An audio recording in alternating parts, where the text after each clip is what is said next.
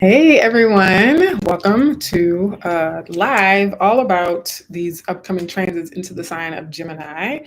First, we'll have Venus, which actually just moved into the sign of Gemini like half hour before I started this live stream. And then on July 7th, Monday, we're going to have Uranus. Uranus, the oddball planet moving into the sign of Gemini for the first time in almost 85 years. Okay. So the last time Uranus was in Gemini was about 77 years ago, but the last time it entered, so crossing that 0 degree point of Gemini, was over 80 years ago. Okay. So this is why I'm calling this a once in a lifetime transit, once in a lifetime transit. So if you're watching this, chances are you've never seen this before and you never will see it again. Okay. Now, Venus, I keep saying Venus, okay, because Venus and Uranus also recently conjuncted each other at the 29th degree of Taurus. You can read about that or listen or read about that in the weekly refill. But Uranus is going to retrograde back into Taurus, and then it'll come back into Gemini for the next 6.5 to 7 years in spring of 2026. So we want to pay attention to this first little dipping of its toe that Uranus does into Gemini over the next few months, because it's a foreshadowing. It's a foreshadowing, a chance for us to have exposure therapy, to get a small dose, right? It's almost like micro dosing. Microdosing this energy of Uranus in Gemini, so that we can acclimate really to what this larger transit is going to be starting in 2026.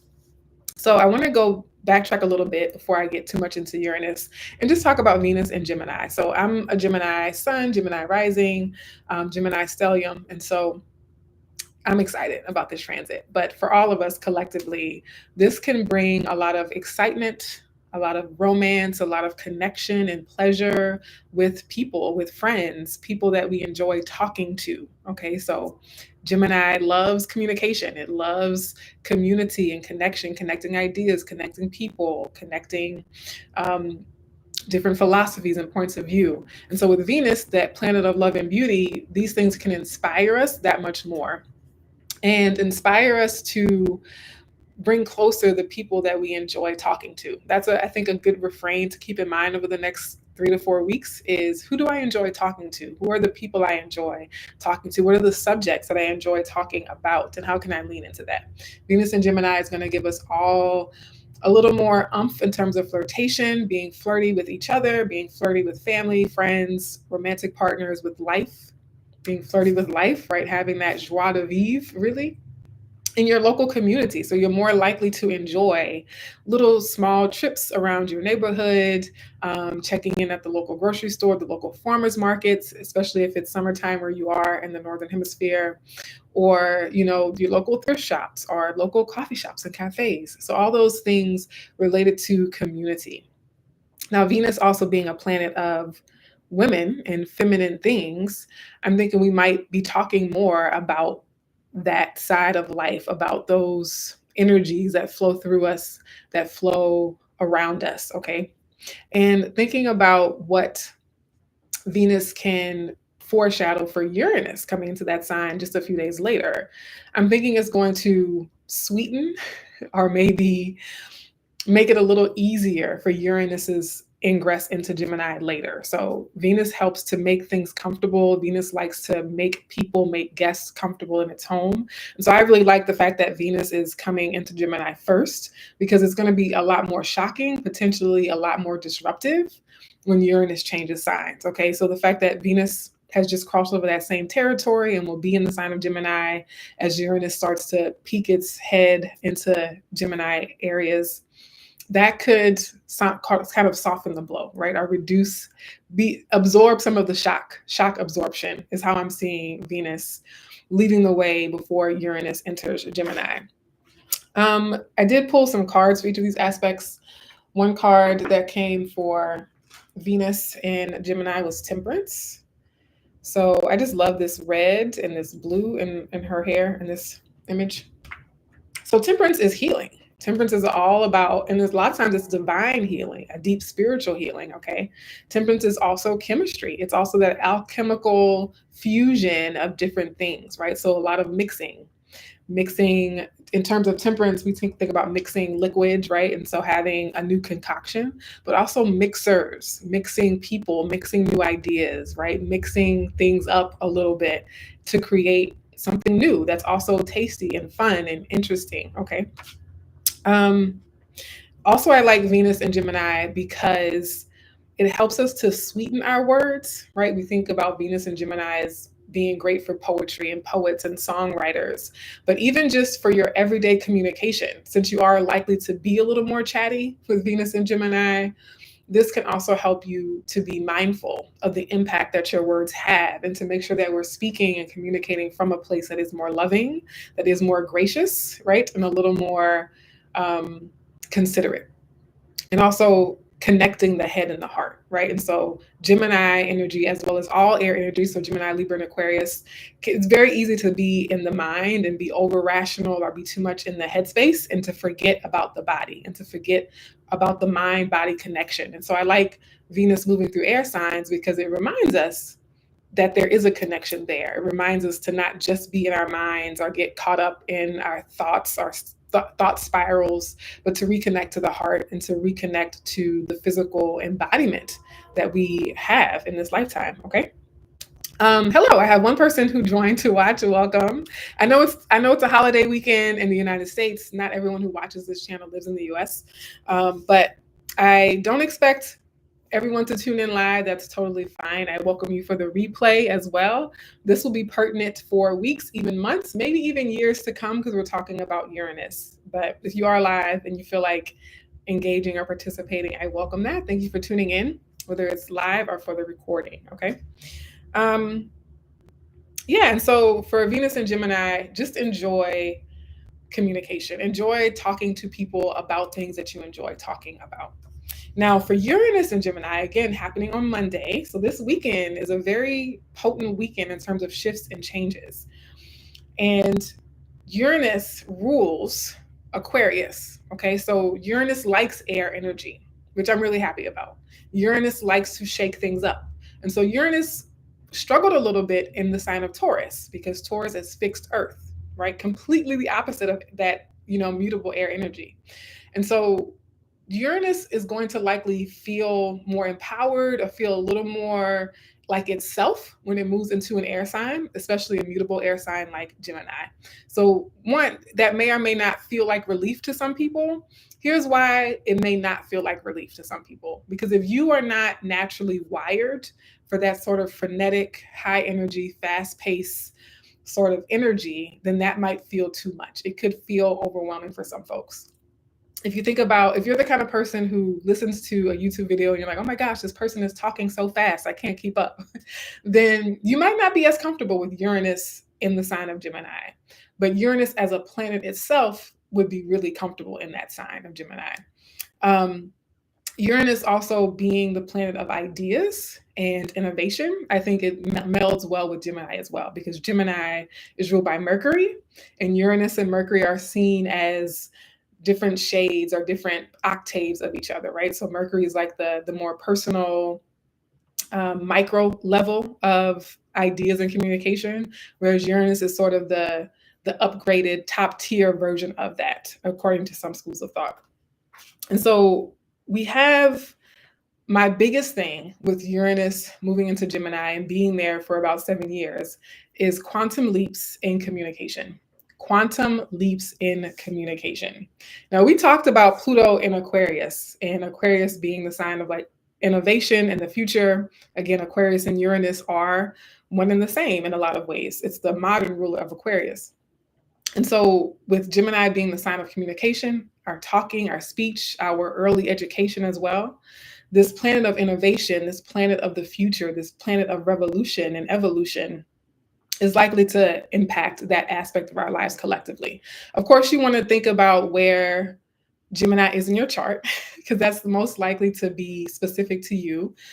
So if Gemini, for example, is in your third house, then that's really, really hyper focusing on communication for you, more so than, most people, versus Gemini being in your 12th house, for example, that's more likely to be like psychic downloads or like psychic communication, internal communication, communication with your higher self, maybe even communication with the spirit world. Okay. If it's Gemini's in your 10th house, that's likely to be you innovating your public image, your legacy, and how you convey that and communicate that to the world. And for some of you, what I'm getting is that if you have Gemini in your 10th house, Uranus moving there could could give you a reputation, right? Or help you create a legacy that is largely based on how you talk, how you speak, maybe as a teacher or as a writer, right? Like you might publish a book over the next 7 years that, presents you and establishes your legacy as a really forward thinking thought leader, right? And so that's just a few examples. And I know there are a lot of other astrologers pulling out the more specifics for sign by sign. Uranus and Gemini, I'm excited also because of the truth. Uranus wants to get to the truth. And so Uranus gets a bad rep because it can be shocking. It's like the Tower card in tarot. It is that revolutionary epiphany, that light bulb moment. But sometimes the truth that is exposed, the truth that Uranus exposes, is not always comfortable. It's not always the truth we wanted in that moment. But it is the truth that's necessary for our advancement. It's the truth that's necessary for our evolution. It's the truth that's necessary for our freedom and our liberation, right? And so Uranus will disillusion us. Uranus will burst that bubble in any area of life where that delusion or that bubble we've been living in is impeding our advancement, is impeding our ability to make those quantum leaps and upgrades in our life. So I really see Uranus as a planet in general wanting to upgrade systems, wanting to upgrade humanity, wanting to upgrade the cosmos. And depending on what sign it's in, that speaks to what area of our collective experiences it might be upgrading. I was also thinking about it. I don't do coding or build websites, but I'm familiar with the idea of a website crashing. Okay, so we've all probably experienced a website crash or some type of technology crashing. And a lot of times it crashes because it's not compatible with a larger amount or a larger capacity for traffic or for the new systems and the new technology that it's trying to interface with. And so Uranus is like the website crashing so that we see, oh, I need to upgrade my website. It's like the car that breaks down because it's time to upgrade the car. It's the laptop that stops working or that spazzes out on us because it's time to upgrade the laptop or the computer so that we have more processing power, so that we have greater memory, so that we have greater compatibility with new apps and new forms of technology that are coming out that we can use on those devices, right? And so that's an example. It's not comfortable if your car breaks down or your computer quits on you or your website crashes, but without that awareness, without that revelation, oh, this is no longer working, this is no longer a tool that is going to sustain me in the next chapter, in the next era of my business or my learning or creating, right? So I see Uranus doing that. And so, yeah, it's a two sides to that. We can say, oh, it's fine and dandy that it's trying to upgrade me. But in the meantime, I have to deal with this crash, right? In the meantime, I have to deal with, recovering all my lost files and my lost data and going shopping for a new laptop or a new computer, right? So it's not necessarily easy. It's not necessarily convenient to be met with this shocking truth or revelation about what needs to happen so that we enter the next chapter for ourselves more empowered with greater capacity and bandwidth, sometimes literal bandwidth, if we're talking about actual technology, but just more capacity to hold higher frequencies. Yeah. Okay. What else do I have here? Also, of course, radical truth telling. I talked about that in the last live as well. Uranus, again, is going to facilitate radical truth telling. And Uranus, again, being the modern ruler of Aquarius, it's also this planet of the people. It is also a planet of liberation and people being allowed to be themselves and to fit or belong in a collective without losing their individual identity. So one fact, astronomical fact, or is it astronomical? I think I'm using is that Uranus rotates on its side. So most planets, like Earth, they rotate like this. They have a vertical axis that goes up and down. So they rotate like this. But Uranus has a horizontal axis. So it's literally turning things on its side. It literally flips things over. And so when we say Uranus is the planet of revolution, that's what we mean. The literal physical planet itself is flipped on its axis. And so it rotates like this. And so most planets rotate like that. But Uranus, the oddball in the constellation, not in the cosmos, in the solar system, rotates like that. Okay, and so it's spinning around the sun on its side. Okay, so it literally does things differently. It literally goes its own way. It literally does its own thing. And so it is the planet of freedom. And I am so excited about that for us. I'm not saying that that path to liberation is going to be an easy one. I'm not saying that that path to greater freedom is going to be an easy one. But we have the support from the spirit worlds. We have the support from the universe, from the planets. We have the support from our own inner desires and from each other, those of us who also want freedom for self and us as a collective. That power is there and that energetic signature is there. Okay. And get comfortable with being uncomfortable. Get comfortable with that discomfort. And I'm, part of my intuitive leanings in terms of bringing this message forward is that Uranus is going to help us get comfortable being uncomfortable. And Uranus being associated with the Tower moment, a lot of times Tower moments happen because we've been avoiding the truth for too long, because we've delayed the upgrade for too long. You know, when you get the notification on your phone, it's time for an upgrade, and you're like, oh, remind me later. And you get another notification the next day, oh, remind me later, remind me later, remind me later. And then you keep delaying that upgrade, that install for a new upgrade long enough, and your phone, your device might very well stop working altogether. And so that's when we get the Tower moment. And so I was listening to a podcast on the Astrology Hub podcast with Rick Levine. I think I'm getting the names right. And he was saying how Uranus and Gemini will help us make small upgrades, micro upgrades along the way, so that we don't have to get to this big, massive breakdown or this big, massive crash, because we're iterating a little bit at a time. So Gemini loves micro changes. It loves to microdose. It loves micro exposure to things. And so Uranus is going to be like a lot of quick little changes, a lot of quick iterations, failing fast, right? Like, oh, let's experiment, reflect, iterate, make adjustments and little tweaks as we go, so that we're not met with like a sudden onslaught of some, catastrophe later on. So I'm excited about that for us. Revolutionary love for the people and for community. I got emotional when I was writing that down. I was listening to music, so that could have played into why I was getting emotional. But Gemini is the sign of the common people. It is the sign of the local community. It is the sign of children and cousins and neighbors. And Uranus being that sign of freedom and liberation, I'm thinking is going to support that energy for those of us who receive it, because we all have free will choice. There's a shadow side to everything. We all know this, but my faith is that if you're watching these videos on my channel, you want more freedom for us and for yourself, and you want to love on community. And I think Uranus is going to lend power to the people. If you haven't seen my Pluto and Aquarius video, definitely go back and watch that. I'll try to add it to the description box below. But Pluto and Aquarius is power to the people. And I think Uranus being in another sign of the people, mostly the local people, it's going to lend itself to upgrades in our local communities, upgrades in how we interact with each other, not just technological advancements in communication.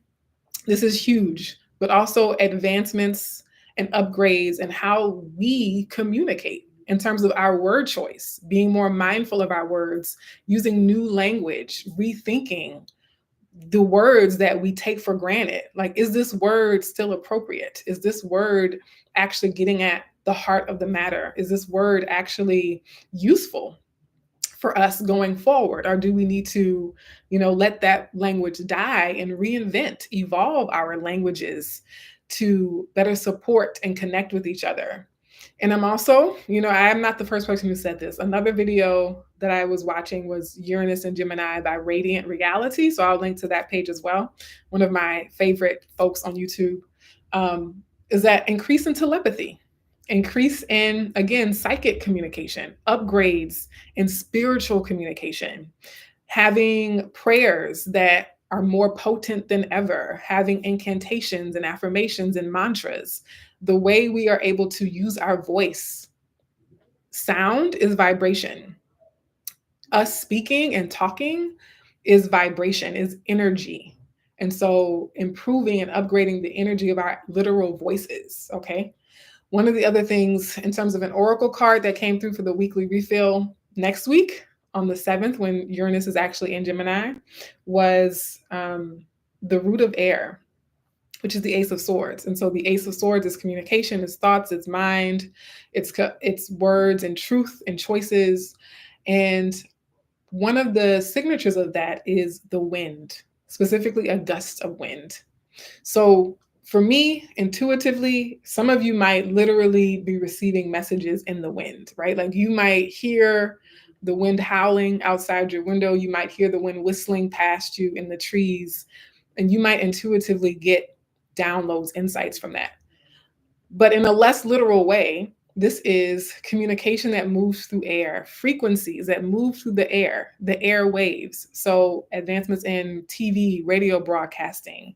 And we think with broadband and the speed of communication these days, we think it's fast now, and I think it's going to get even faster. And not just communication, but air travel. The card that came out for today too was the 8 of Wands. So you see the birds, winged messengers, the voice, the sound that birds make, flapping their wings on the air. So things that literally move through the air, whether it's air waves, communication, sending out signals and messages through the air, but also like us as people traveling through the air. Other things, I don't know, because again, Uranus is the planet of like inventiveness. And so maybe we can't even imagine today all the things that might be able to travel through the air, right? Teleportation. If not by the end of Uranus and Gemini, we might have the initial technology that allows for teleportation in the next couple of decades. Who knows? I'm just speculating. But it's definitely giving sci-fi, right? Like adventures. Now, another card that came out was the 4 of Swords. Again, more air. Swords is air and communication. But I think this pairs well with Temperance. As I mentioned, Uranus is going to retrograde back into Taurus. So for me, I feel like this is a caution to take things slow. There might be an uptick in the amount of energy, the quickness, the speed of things. So this is a reminder, especially if your personal DNA is slower, especially if your personal DNA is like a little more chill, a little more relaxed. Don't be afraid to rest. Don't be afraid to sleep. Don't be afraid to stop talking if you need to, right? So don't worry if it feels overwhelming. There's nothing wrong with you. You're not like missing out, or you're not like not in alignment with this energy. It just could take some adjustments. And so for people like me who listens to podcasts on 2.2 times speed, I'm like, yeah, let's go. let's put all the YouTube videos on 2 times speed by default. That's just me. I have Mercury in Gemini, right? My sun is in Gemini. So if you are not like that, if you like your 1 time speed, your normal speed, if you don't like doing 2 things at once, right? All of that is still valid and relevant and needed and necessary. So with that 4 of Swords energy is saying patience is also probably going to be more valuable now than ever. And the reason why I'm saying that now, that what's coming through is that as we see these upticks, these quantum leaps, all these quick, fast-paced changes, that doesn't mean we're going to have it all figured out quickly, right? And so I mentioned having lots of iterations, lots of changes in rapid succession, but that's because we're trying to get to an ultimate result. We're trying to get to greater freedom. We're trying to get to the upgraded system. We're trying to get to the revolutionized educational system. It's not going to happen overnight. So yes, there will be lots of quick changes, but it still might be a long time before we get the end result, if that makes sense. So we're going to be changing a lot along the way, but we're still going to be in a process for a long time. So that's the distinction. Yes, we'll see a lot of changes happening quickly, but the end result, the ultimate freedom and liberation that we're looking for, might still be a ways off. And so it's a both and situation.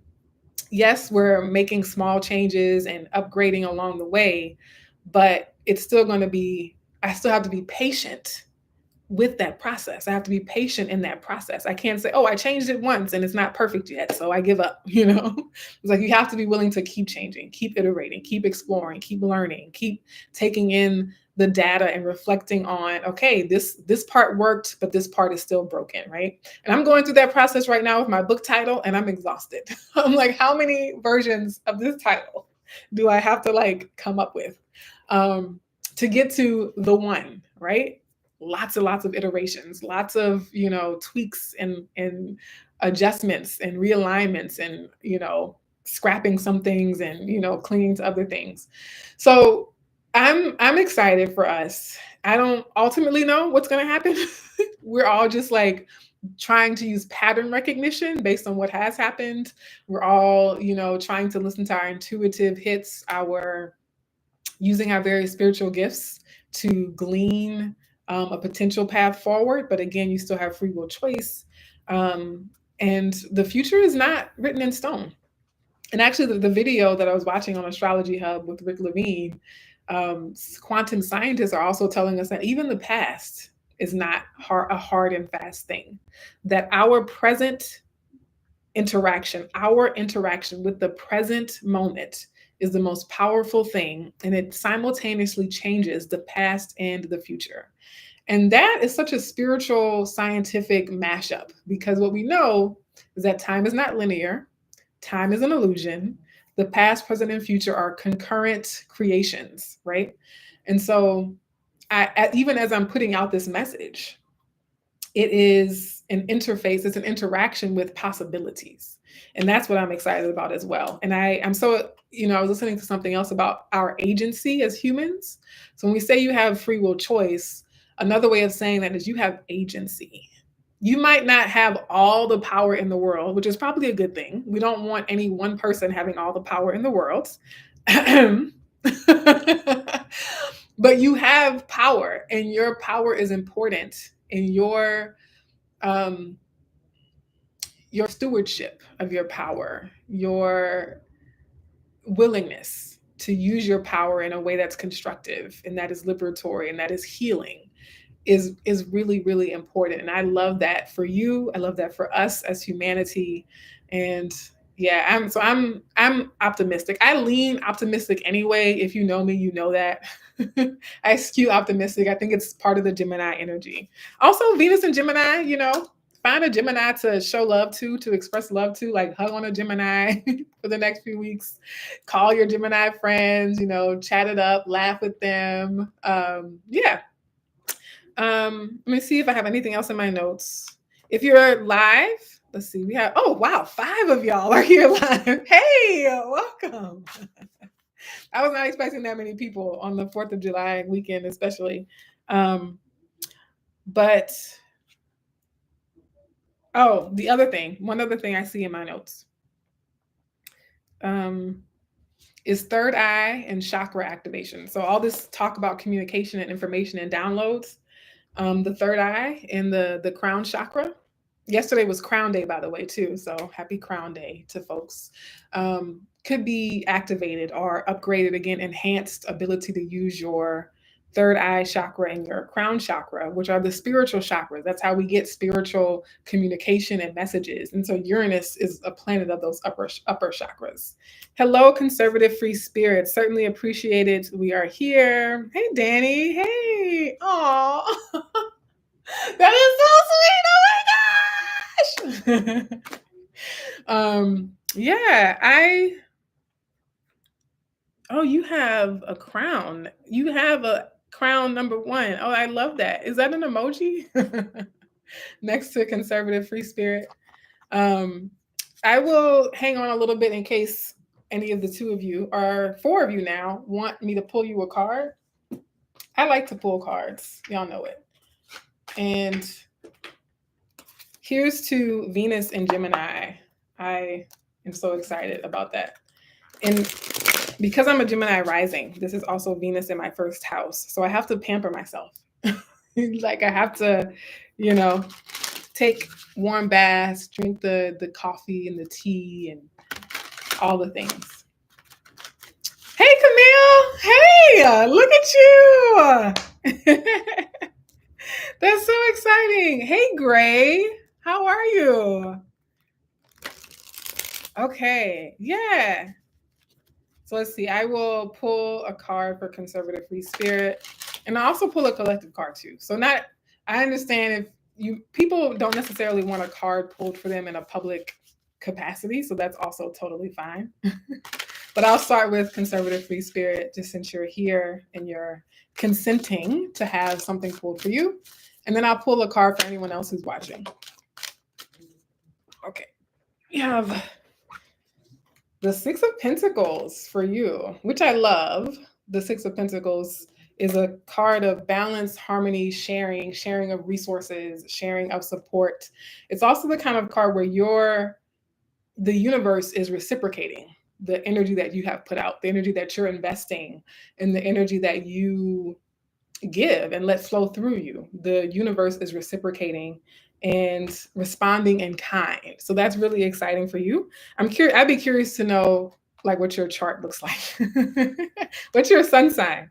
And then we have the Tower at the bottom of the deck. So this could be a new paradigm shift for you in understanding what spaces, places, and people are part of that give and take, that equal exchange, that balanced, fair flow of energy and resources, right? And so that could be changing for you as Uranus goes into a new sign. You might start to shift where you are, the people you're connected to, based on your understanding and your discernment about who fills my cup, right? As I pour into them, as I pour into this space, as I pour into this job, as I pour into this neighborhood or this community, is it also refilling my cup in return? So I'm excited for you. Leo sun, Virgo moon, Pisces rising. Very cool. So it's almost birthday season for you. Happy early birthday. All right, Danny. Yay. I'll pull a card for you as well. So happy to see y'all here. I hope y'all are having a good weekend. And maybe that's why people are tuning in, because a lot of people have the day off since it is a national holiday in the States. Okay, a card for Danny. So I turned my AC off because it's really loud. And now I'm like getting warm, so I'll have to put it back on. Danny. Oh, you have 3 cards. Oh, I love 4 actually. And they are all absolutely beautiful. You have the King of Pentacles at the bottom of the deck. It's all about the pentacles in this earth energy. So what fell out for Danny is the Empress, which is fertility. It is Venus as well. And new life, new nurturing. And you have the Ten of Pentacles. Ten of Pentacles. So there's abundance. You have that Temperance energy and you have the Page of Pentacles. So a lot of earth energy for you, Danny. A lot of foundation, legacy building, and a lot of nurturing. And with the Empress and the Ten of Pentacles, this could be a beautiful like home space. Something about your physical home environment could be upgraded during this Venus transit or during this Uranus transit. But just you feeling or doing what it takes to make yourself feel abundant and prosperous and loved. So that self-nurturing, nurturing your home and your family, all of that is going to bring you a really good sense of healing and beauty in this time ahead. So beautiful. Gray wants a card too. Awesome. Okay. I don't know what these crowns mean. What do these crowns mean? I don't know, but I love them. They're really cool. Okay. Now we're going to do a card for Gray. You're welcome, Danny. Okay, for Gray. And I hope I'm saying that right. I assume it's Gray, exclamation point. Emphatically Gray.